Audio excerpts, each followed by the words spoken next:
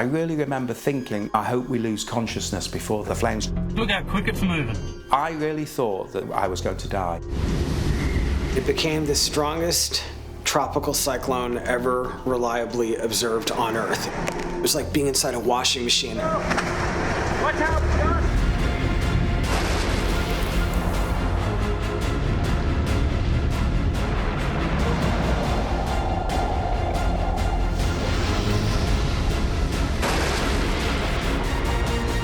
World's wildest weather. Catastrophic and weird weather events from around the globe, filmed on camera by those caught up in the chaos. We've got major damage here in Moore, Oklahoma. Expert meteorologists explain the causes behind the events and show us why our weather has become so challenging and life-threatening.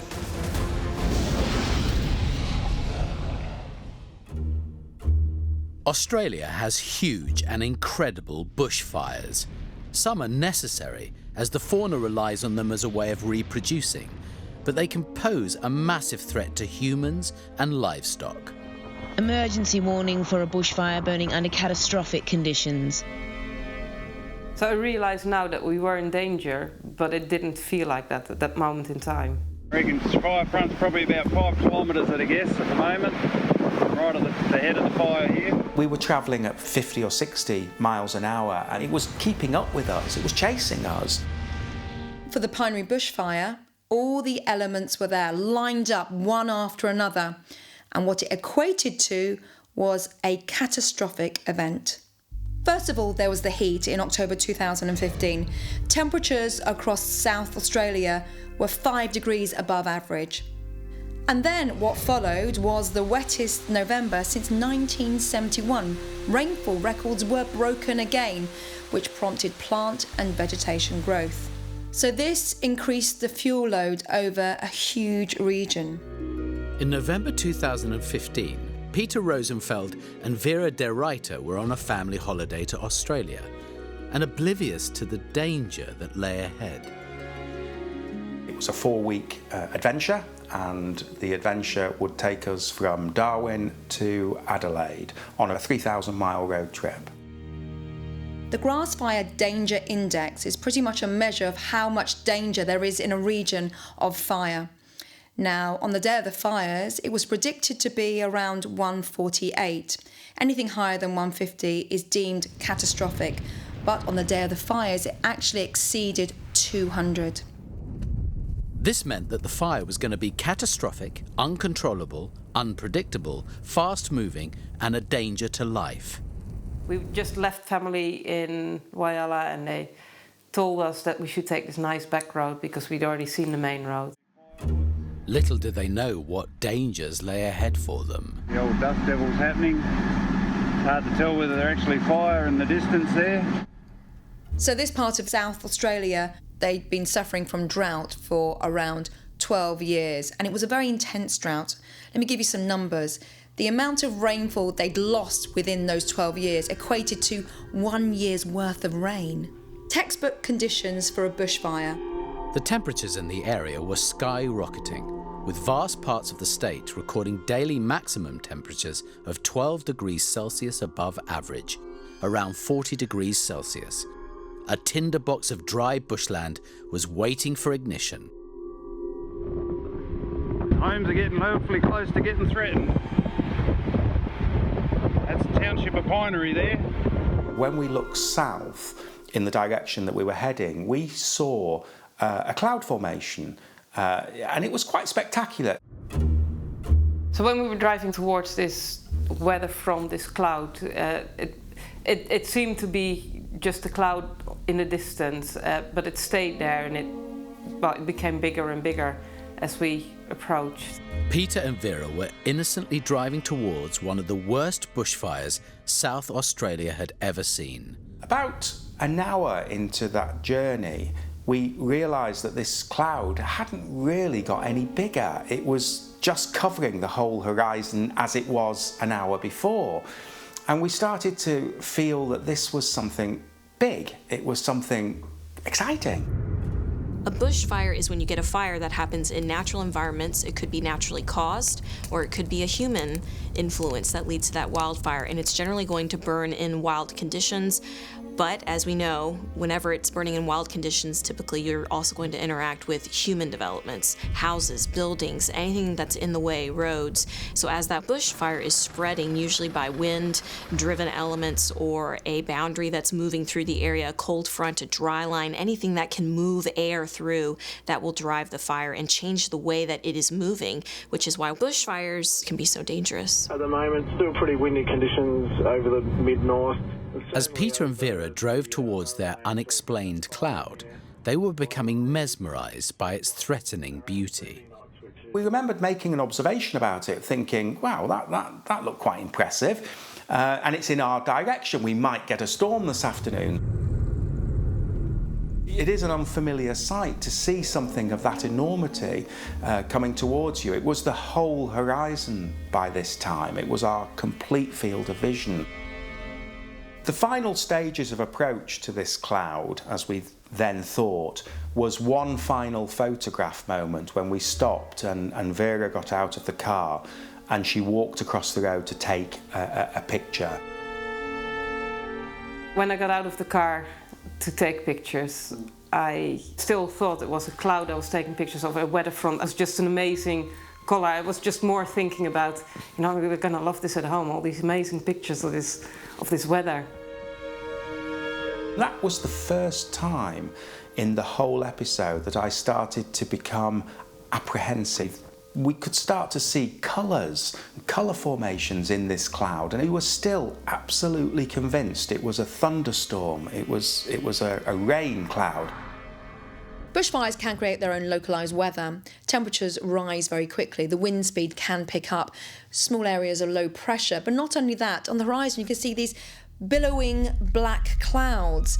They're called pyrocumulonimbus clouds and could be mistaken for just a leaden cloud ready to rain. But how wrong you could be. What happening at the moment at Pinery? It was very confusing for people driving into this region. These smoke clouds looked like normal weather clouds, so people didn't realise they were driving into danger and catastrophe. But the winds are still expected to stay quite fresh to strong for a few hours more.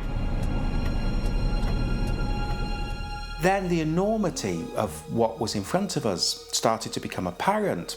Vera came back from taking the picture and she sat in the car, and I remember saying to her that this possibly is something a little bit dangerous. Maybe we should think about turning around and going back to a town.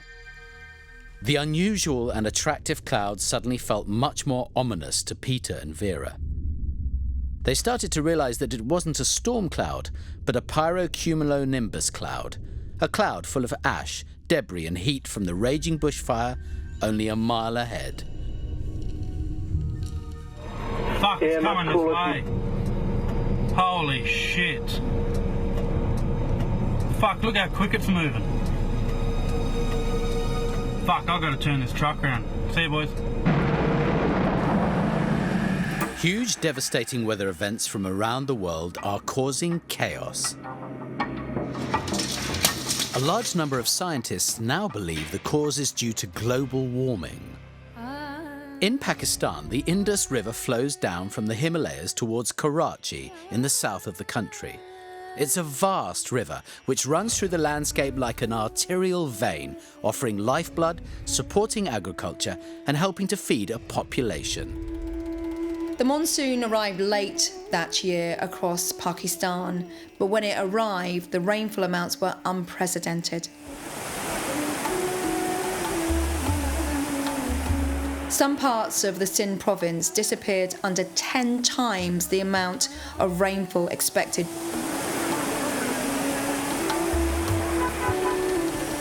Prior to the monsoon, the heat really builds across India, Pakistan and the Indian subcontinent. Temperatures can reach in excess of 40 to 50 degrees Celsius. So the natural process of the monsoon as the rains push northwards during the season is vital and life-giving. However, sometimes there's too much rain and it becomes life-threatening. So in Pakistan, you had it worse because it was about a year of dry weather, and then it got a ton of rain over about 4 weeks.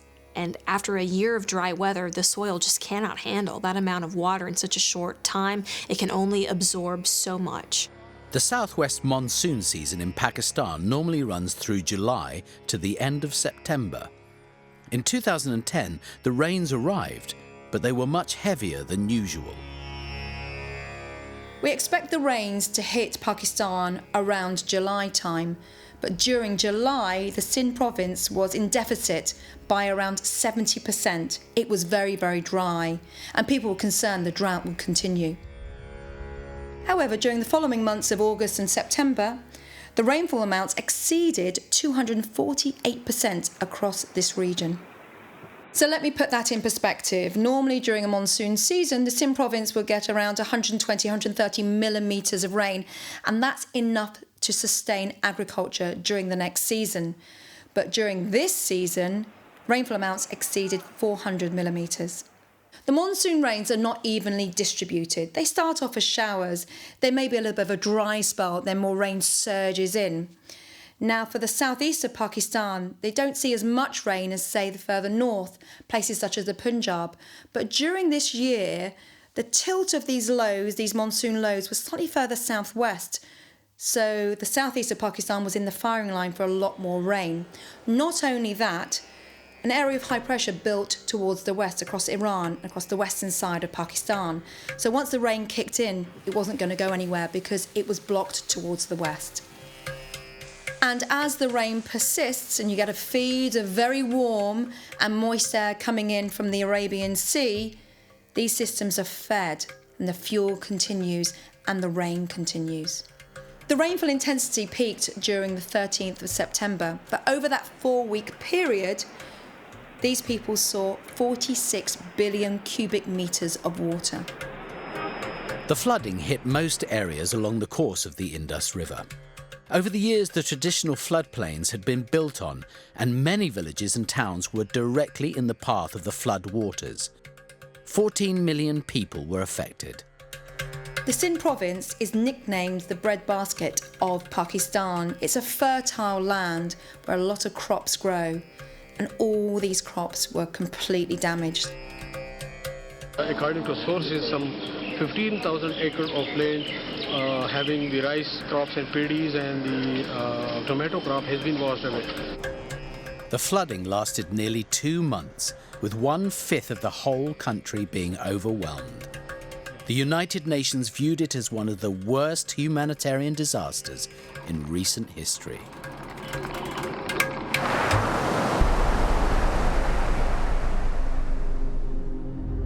Australia has had to endure some of the biggest bushfires ever experienced, and also ones to be respected. As tourists Peter and Vera carried on their road trip, they began to realise that what they thought was a giant rain cloud was actually much more dangerous, and they were driving straight towards the flames.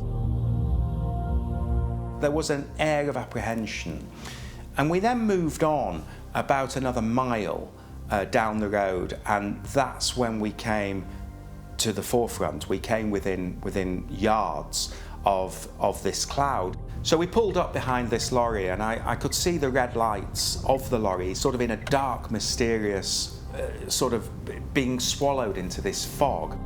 I am actually quite frightened. That was the first time we realised that this wasn't a rain cloud or a thunder cloud. It was actually smoke. We smelt smoke. Bushfires tend to move as a front, edging ever forward. And the reason why they spread unevenly is when the wind picks up and picks up the embers from the fire, they can be tossed and distributed across the debris which hasn't yet been burnt. So these fires can edge forward, but they can actually spread out radially.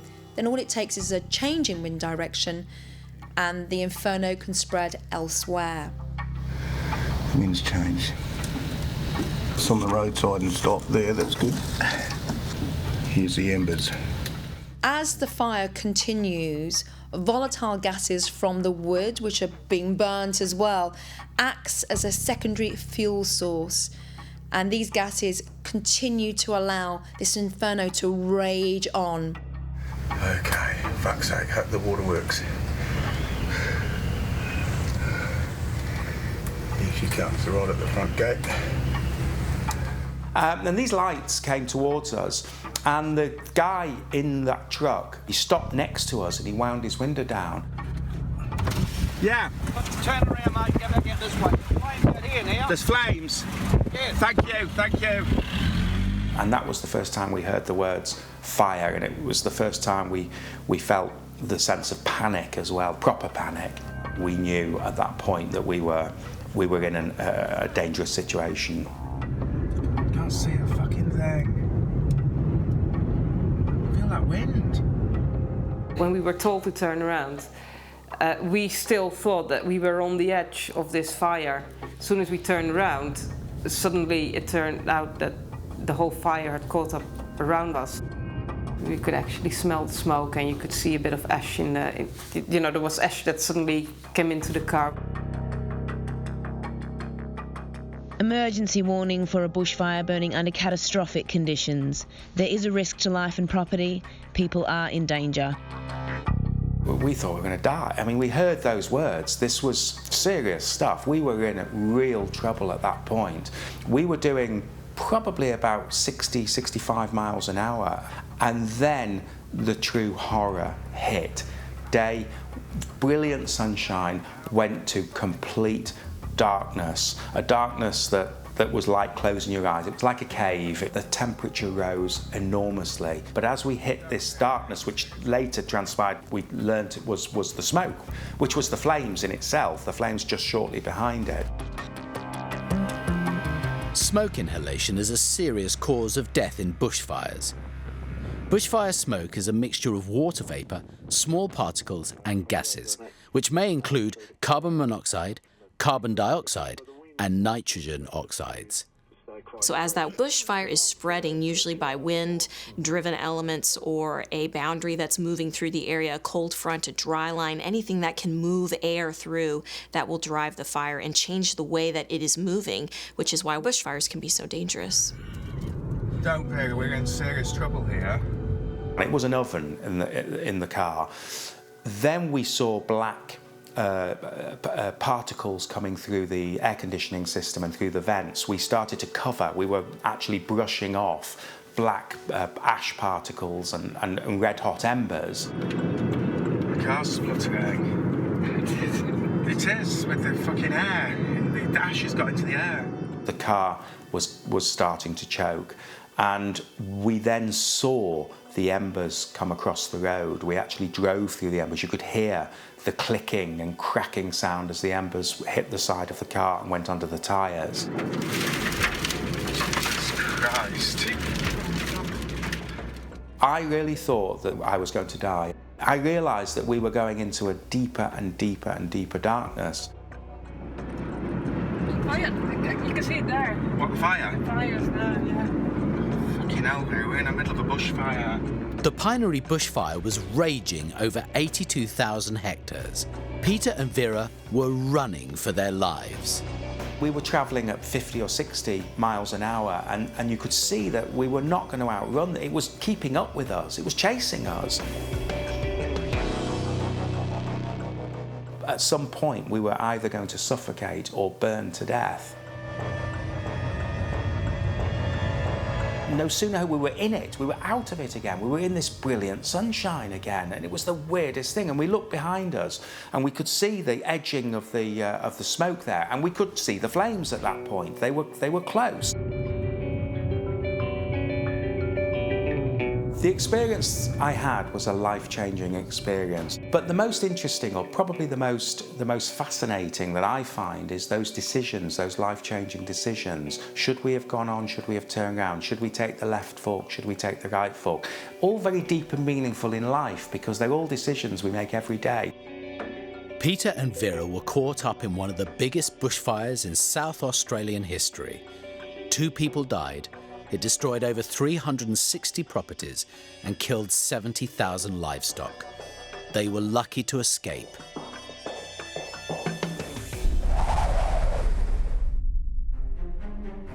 Lightning strikes kill about 24,000 people a year, and although these strikes are rare in the United Kingdom, Campbell Gillespie still thinks he's one of the luckiest people alive. I was actually given the last rites. My parents were asked about donating my organs. I was that far gone on the Sunday night. 25 years of driving ambulances, I've never ever come across anything as severe as that.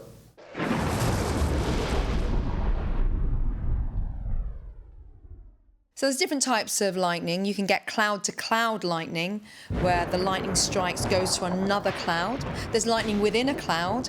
And then the final one is cloud-to-ground lightning. And that's the one we're most concerned about. Lightning, in and of itself, is an electrostatic discharge. That's a really fancy term for you're taking static or a charge of energy and transferring it and connecting it with a different area. Generally, you get this, the simplest way to explain it is when you're in the winter, maybe you've got your fuzzy socks on and you're rubbing them across the carpet, and then you go to touch a light switch and ooh, you feel that little shock.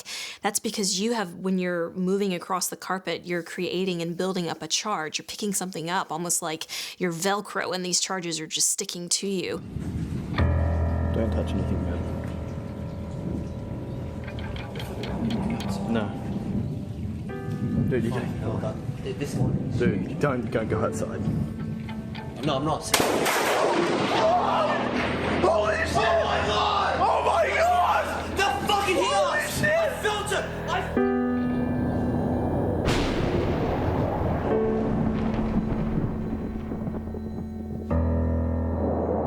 Lightning only comes from one type of cloud in the sky. It's a cumulonimbus cloud. And what that means, cumulo means heap, and nimbus means rain-bearing. But these clouds are far more than rain-bearing clouds. They are huge, they are angry, and they're violent. Strong winds, hail, snow, heavy rain, updrafts, downdrafts, lightning and thunder. I was the first lightning strike victim the hospital's ever had in the history of the hospital also, you know. No one's ever come across it before. So we're a bit dubious whether he had been struck by lightning or he'd just been found. You're going to have different temperatures in those clouds. At the base, it'll be raindrop temperatures, so maybe up above freezing. But at the tops of the clouds, you're going to be below freezing. So you'll have water that's frozen near the top of the cloud, but that's liquid near the bottom of the cloud. That matters because the top of the cloud, where it's frozen, it's called grapple. It's a fancy word for little ice pieces, and they're just going to be rubbing up against each other, and they're developing their own charge, kind of like whenever you're in your socks going across the carpet. So now you'll have the base of the cloud, that's one charge, the top of the cloud, that's a different charge, electrostatic charge, and then the ground beneath it, as the cloud is moving over that ground, is going to have inherently a different charge. Yes! And as that current builds up, so there is a release, hence the lightning.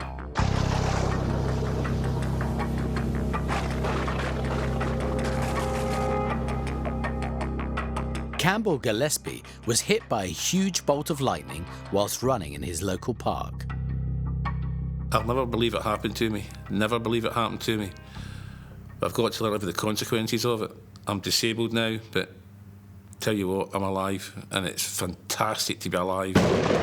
So most of the people that are struck by lightning and survive experience what's called a flash. It literally passes over the surface of their body and out, and it's because of the sweat and the water that's coming out of the surface level of your skin, it vaporizes. So that's why you see people with their shoes knocked off or their shirt ripping, because literally whatever moisture was on your skin has been superheated and evaporated very quickly, almost like a little mini explosion off and around your skin.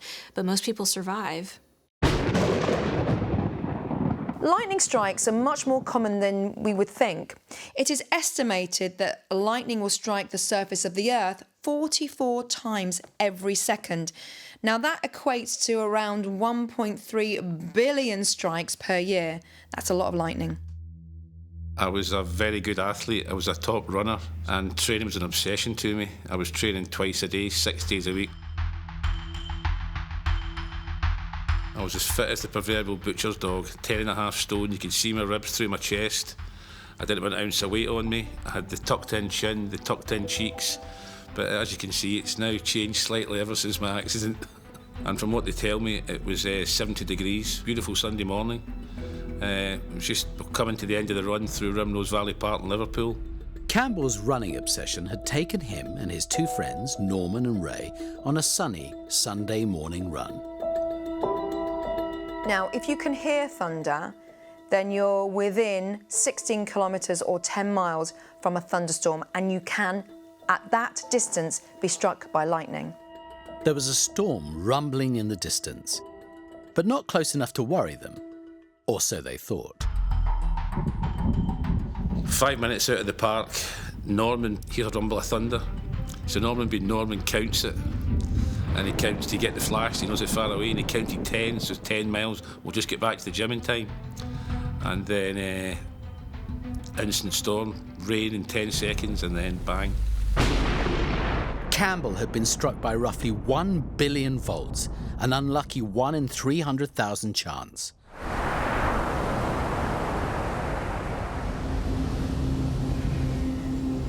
Hurricanes are some of the most intense and destructive weather patterns which nature can throw our way. And Hurricane Patricia was one of the worst storms to ever hit Mexico.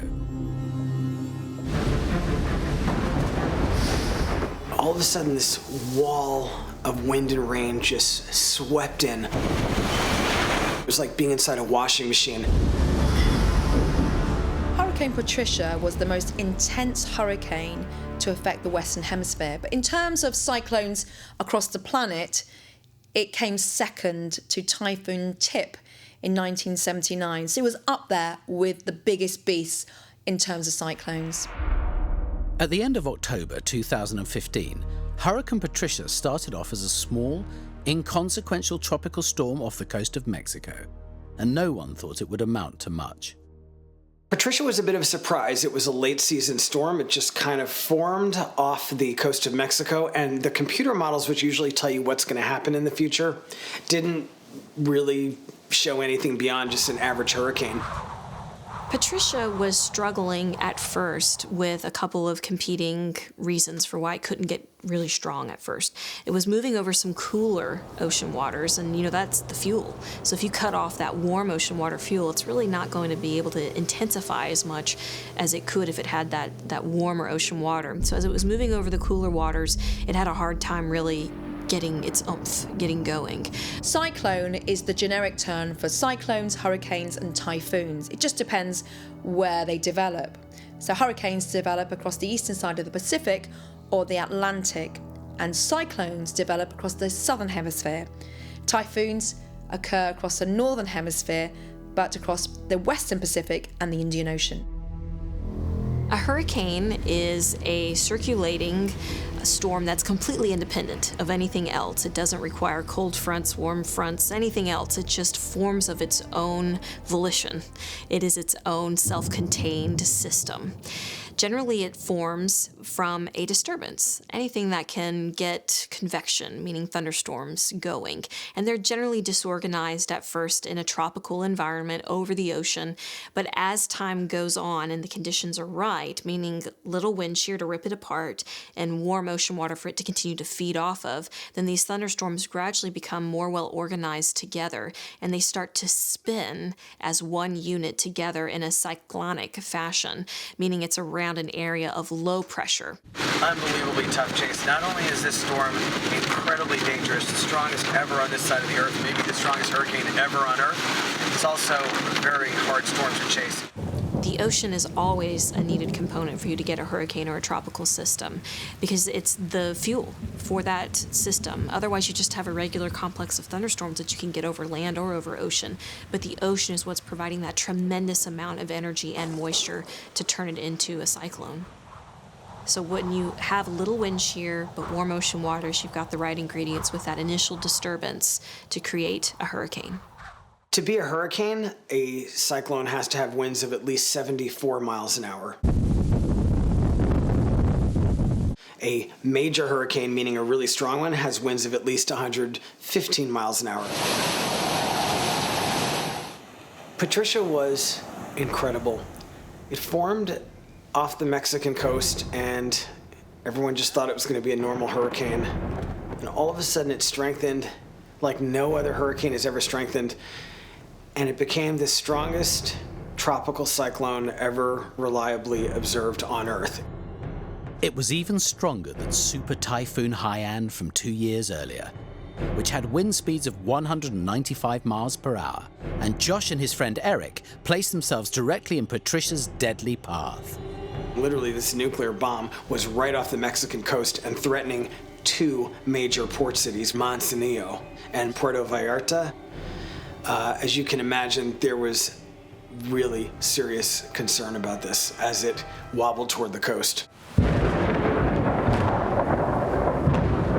The biggest challenge with Hurricane Patricia was that the computer models that analyse and produce forecasts telling us where these storms are going to track completely failed.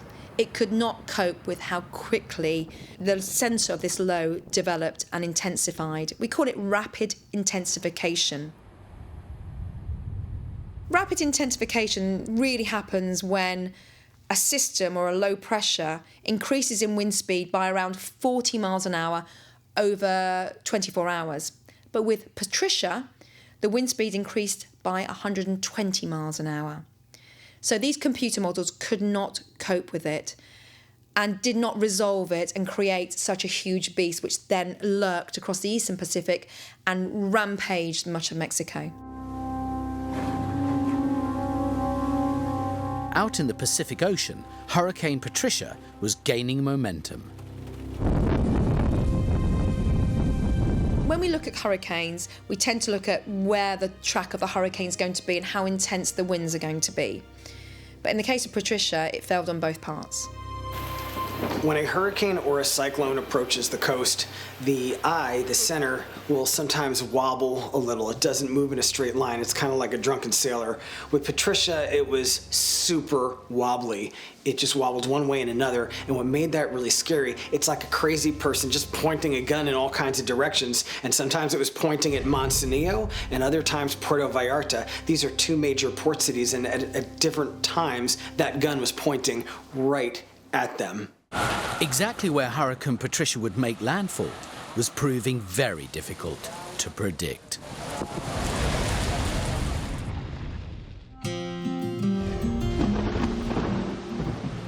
Being struck by lightning is a 1 in 300,000 chance. But on the 10th of August 2003, Campbell Gillespie became that one. I started on the shift on a brutal ambulance station about 7 o'clock on a Sunday morning. It'd been one of those long, hot weekends that really was stifling hot. We were sitting in the station, and then it darkened over. It went really dark, and my colleague said to me, "There's going to be a storm here," because we could see it coming in off the docks. Norman heard a rumble of thunder, and if you hear the rumble, you then count 1, 2, and when you see the flash, and the flash in the distance, you know that's roughly when the storm's going to get to you. So he counted 10, so it was roughly 10 miles away, the storm was. And he just said to myself and Ray, so they tell me, because I know nothing of this, he said, we're just going to make it back to the gym in time. And then torrential rain in seconds, and then boom. Campbell's body took the full force of roughly 1 billion volts of electricity. Everything went white. Ray got blown in his face, Norman got blown in his bum. The ground shook, and then Norman looked up, and there I was, 15 feet in the air. During a thunderstorm, each flash of cloud-to-ground lightning is a potential killer. And then he remembers the sound of my face hitting the concrete. It was like a knife going through cabbage, that crack. And he went, oh, right. So it took them a couple of seconds to get themselves together. Within that 20, 30 seconds, I'd lost half my blood already. We heard the lightning in the distance, and then the rain started, and then it was proper fork lightning right over the station, to be honest. And next minute, the phone went. The lady on the other end said, I've got a male, approximately around 40 years of age, that we think is being struck by lightning in a park in Crosby. It is surprisingly possible to survive a lightning strike. About 90% of people who are struck by lightning, which granted is rare, they survive. They generally have nervous system damage. It could be to their brain or to their skin that is happening after a lightning strike. I landed plumb in the concrete in the middle. My face was destroyed. I'd swallowed my teeth into my lungs. The lady said that the guy being struck by lightning, at first, we're a bit sceptical about it. It just threw us, to be honest, you know. Mike Pye and the paramedic team rushed to treat Campbell. First one we thought was cardiac arrest. We thought the guy was dead, to be honest, when we got there. He was blue. He didn't seem to be breathing. There was a river of blood coming from his mouth, his ears, his eyes, everywhere, going down the road. Campbell had been blown high into the air by the force of the lightning. His massive injuries were caused when his body slammed onto the concrete. The lightning went from me, had metal on, had the gold chain on, and the lightning went for the gold chain. It blew the crucifix off, but the chain is vaporised into my neck. And I carry it around with me to this day. When we checked him over, the chain had gone, disintegrated, and there's a deep burn mark right the way around his neck. But the gold cross was stuck to his chest, and I actually picked it up and it's still hot. Lightning, unbelievably, is 5 times hotter than the surface of the sun, coming in at a staggering 30,000 degrees Celsius. So you don't want to be anywhere near it. I think the electrical bolt has hit the chain, and with him being soaking wet, it skimmed off his body and gone through his foot. And that's what's flipped him in the air. People have been struck in their body have survived. The big one is to survive a strike to the head. That's almost unheard of. There's only 2 gentlemen in the world who've been struck in the head who are alive. You're talking to one of them.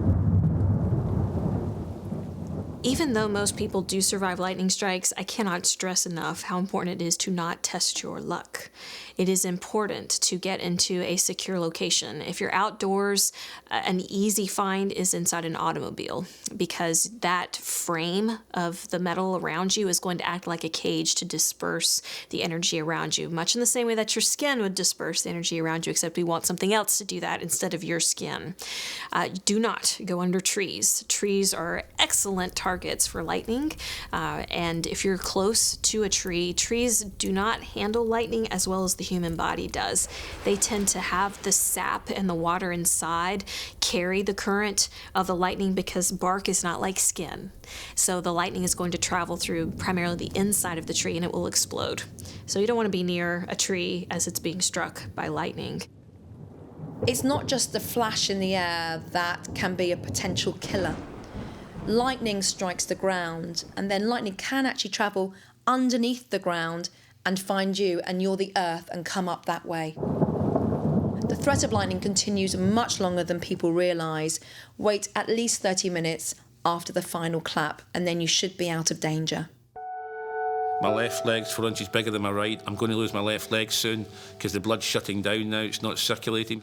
But I look at the positives. My friends call me a combination of Flash Gordon, Lightning McQueen, Usain Bolt, the Scots one. But the best one is, if you're old enough to remember, is Captain Scarlet, Indestructible.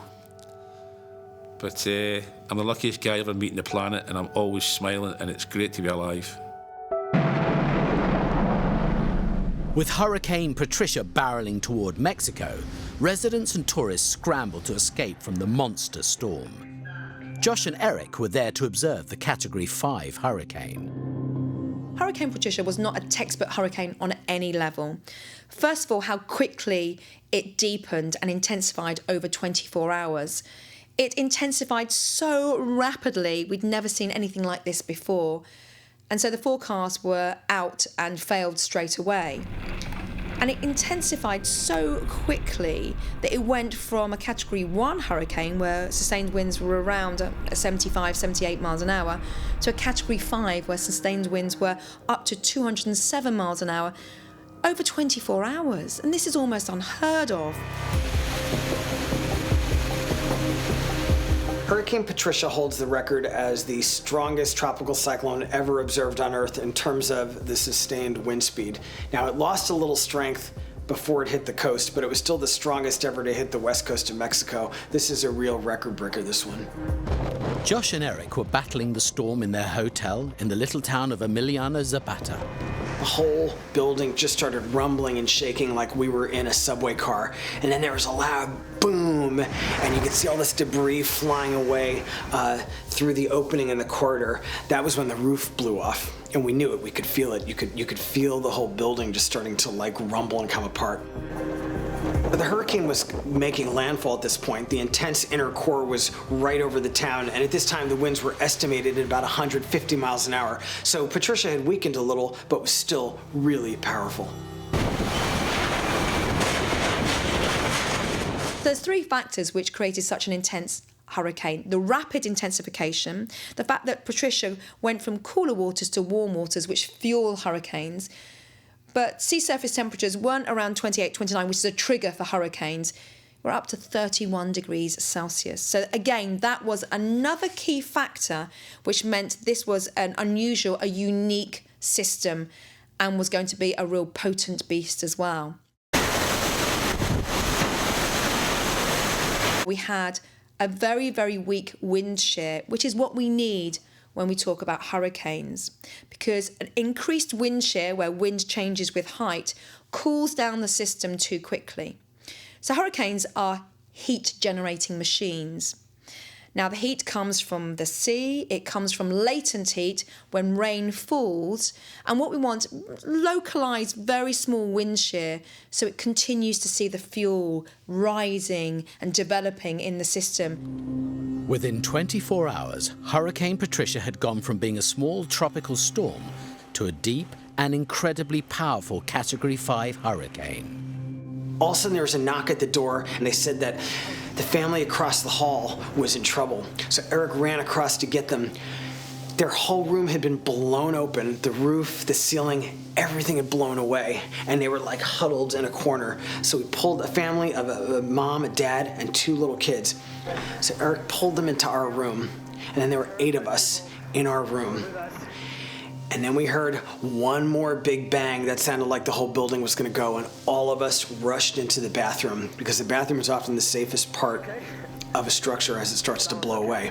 We pulled a mattress off the bed and we wedged it into the ceiling in case the roof blew away. The roof was going to come off. It did, I think. When people talk about typhoons and hurricanes and cyclones, they sometimes confuse size and intensity. They're different things. Actually, some of the most powerful cyclones and hurricanes and typhoons in history were actually very small storms. So how is the intensity of a storm measured? So with any weather system, we measure in terms of millibars, and that is the force of the air acting on the earth. So with high pressure, there's more air in a parcel of air. And in low pressure, there's less air. And air likes to travel from high pressure to low pressure. Pressure's dropping like a rock. We're down to 969 millibars, and we're getting waves of destructive gusts. I measured the air pressure in Patricia, and one thing that I noticed was how fast the air pressure changed, how fast it dropped, and then how fast it rose as the center of the hurricane moved away. And it really was an incredible indicator of how powerful the hurricane is, and also how small it was.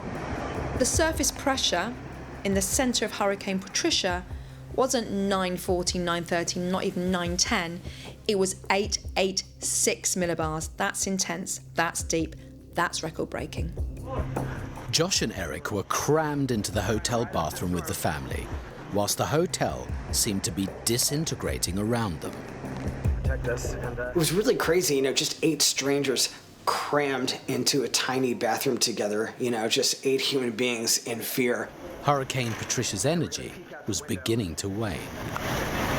Still blowing hard. A lot of destruction. The hotel is badly damaged. Josh, Eric, and the family were lucky to survive one of the most intense hurricanes ever to hit Mexico. So after the hurricane passed and we crawled out of the hotel, the amazing thing was it had lost so much of its roof, and our room was one of the few rooms that still had the roof on it. This is the room of the family. of 4 that joined us during the storm. So we were just like really crazy lucky. We went into town the next day, and yeah, it was pretty smashed up. But this part of Mexico, they get hurricanes a lot, and it's not a wealthy part of Mexico. It's actually pretty poor, but the houses are built so solid. So there's a lot of damage. All the trees were gone, a lot of roofs blown off, but the houses pretty much stayed up, and they protected the occupants.